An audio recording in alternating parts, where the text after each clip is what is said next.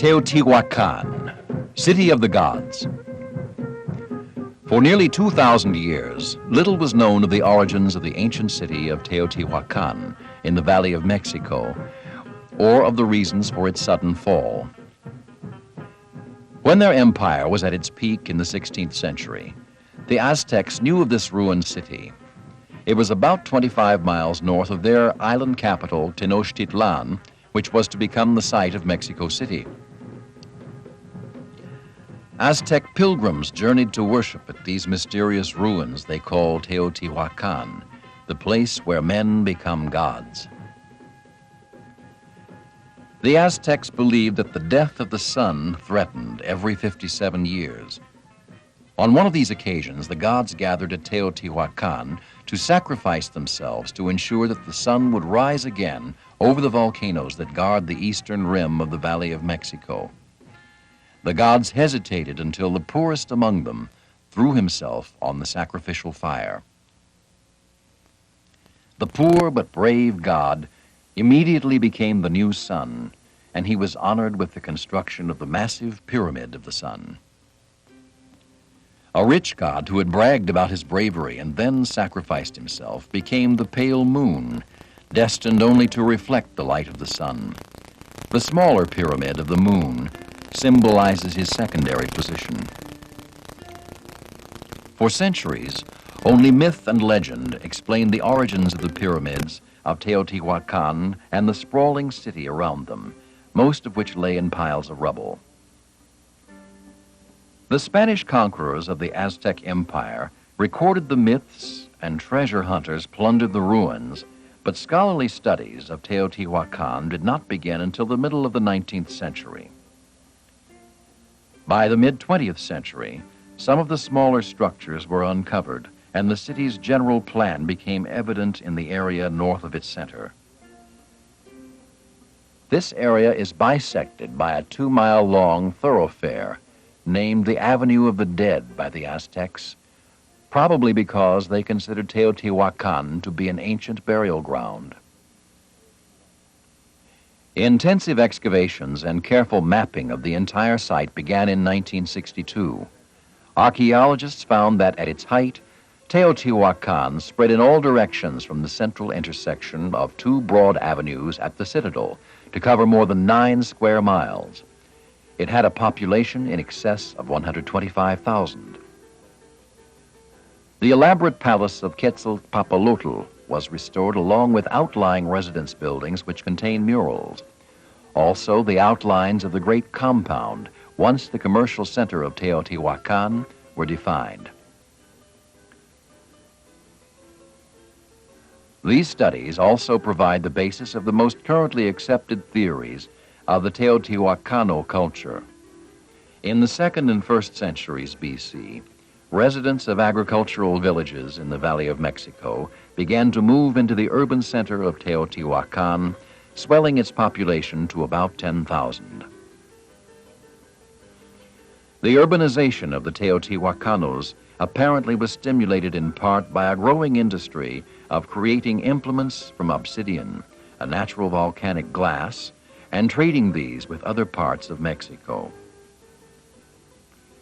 In the 1st century A.D., Teotihuacan grew to cover its maximum area, and the nearly 30,000 inhabitants saw the Pyramid of the Sun rise to almost its present size. In the following 100 years, the Pyramid of the Moon was enlarged and the Pyramid of the Sun was completed. Also during this time, most of the structures were built in the citadel at the intersection of the north-south Avenue of the Dead and the principal east-west thoroughfare. By 500 A.D., the Pyramid of the Moon was completed, along with most of the construction along the Avenue of the Dead, and Teotihuacan reached its maximum population. Between 500 and 700 A.D., an epoch of Mexican civilization known as the Classic Period, the Teotihuacano influence in pottery style and architecture, and probably in commercial, political, and religious affairs, spread as far south as Guatemala. This cylindrical pot with 3 slab-shaped feet is typical of the early classic Teotihuacan style. Teotihuacan certainly dominated the heart of Mexico and probably had close ties with the Totonac people of the Gulf Coast region, where the ruins of Tajín share common characteristics with Teotihuacano architecture. Links with the Zapotec people of the ancient city of Monte Alban in the valley of Oaxaca to the south appear strong. One section of Teotihuacan had a large enough Zapotec population to become known as the Oaxaca Barrio among modern archaeologists. The power of Teotihuacan, whether spread by trade, religious influence, conquest, or a combination of the three, came to a mysterious end during the 8th century. The city had been abandoned for more than 750 years when the Spanish conquerors arrived in the Valley of Mexico in 1519.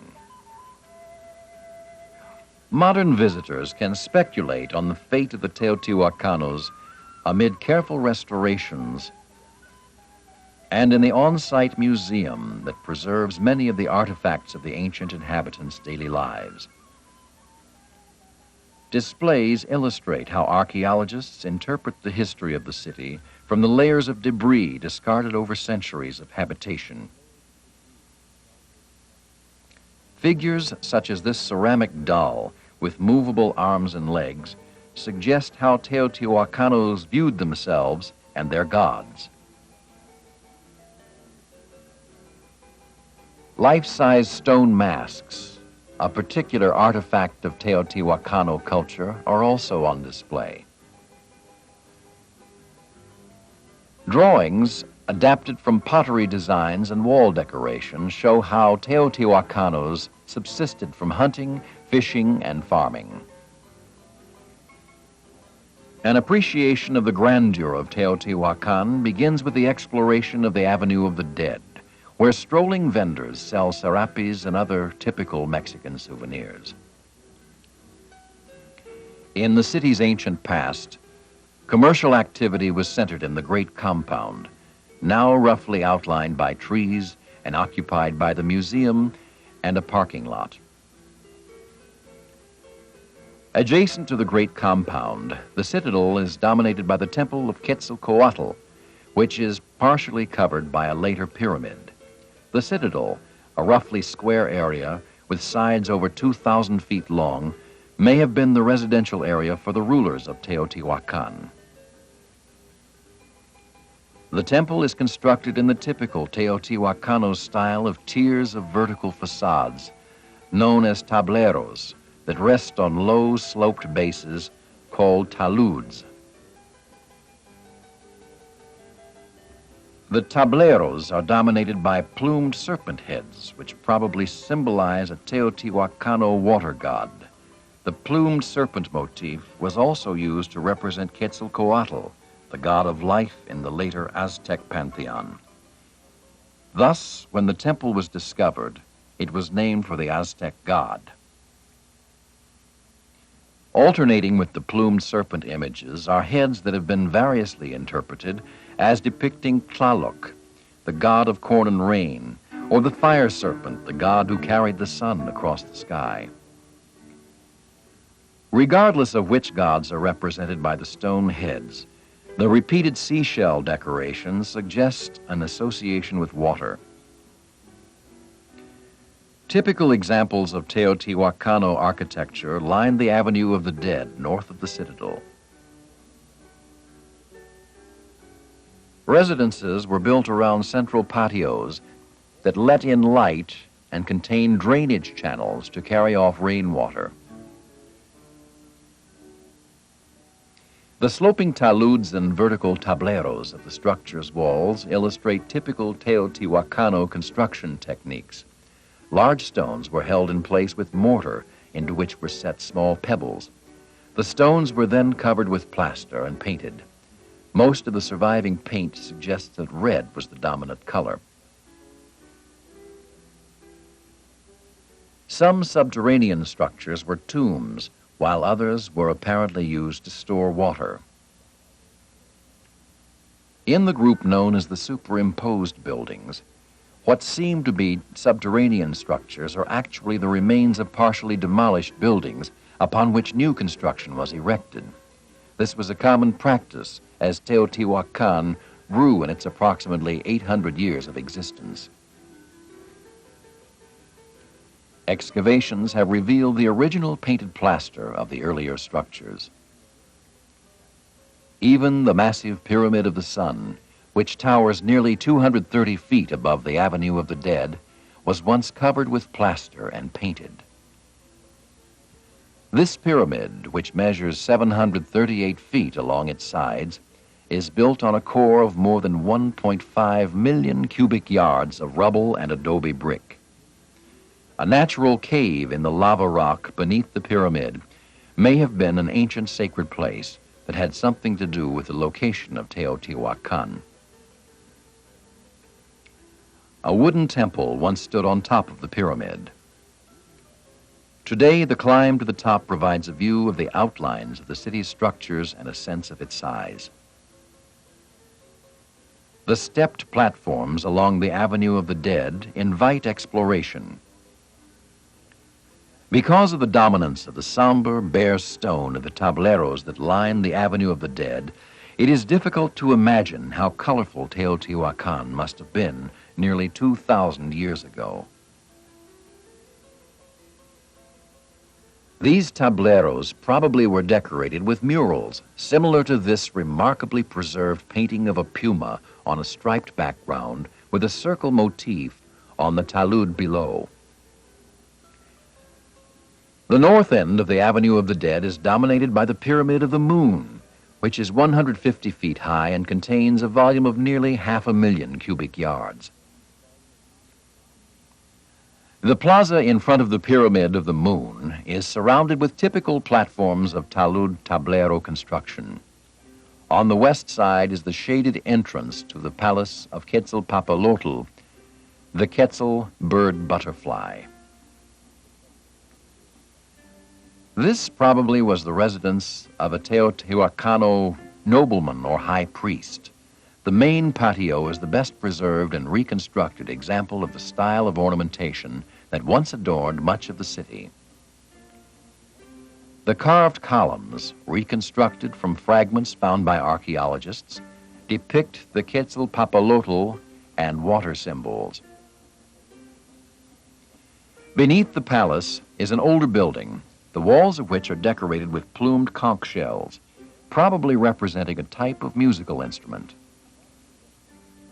Well-preserved paintings of parrots, apparently spouting water, form a procession along the base of the walls. Adjacent to the palace of Quetzalpopolotl is the patio of the Temple of the Jaguars. This temple is named for the paintings of jaguar-like creatures that are depicted blowing on conch shell horns.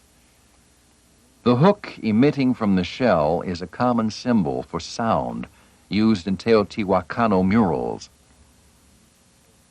While the pyramids, temples, and palaces along the Avenue of the Dead attract the most visitor attention, there are other important structures in residential areas of the city.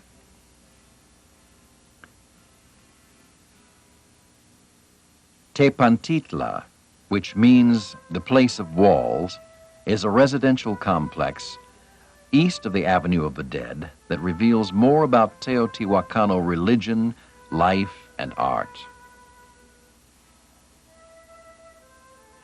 The most important Tepantitla mural is the Paradise of Tlaloc, the rain god. The upper part of the mural, reproduced here in the National Museum of Anthropology in Mexico City, depicts Tlaloc with water pouring from his hands, being attended by priests who are sowing seeds. Beneath the benevolent god, mortals frolic in games and dances. This photograph is of the remains of the original Tepantitla mural.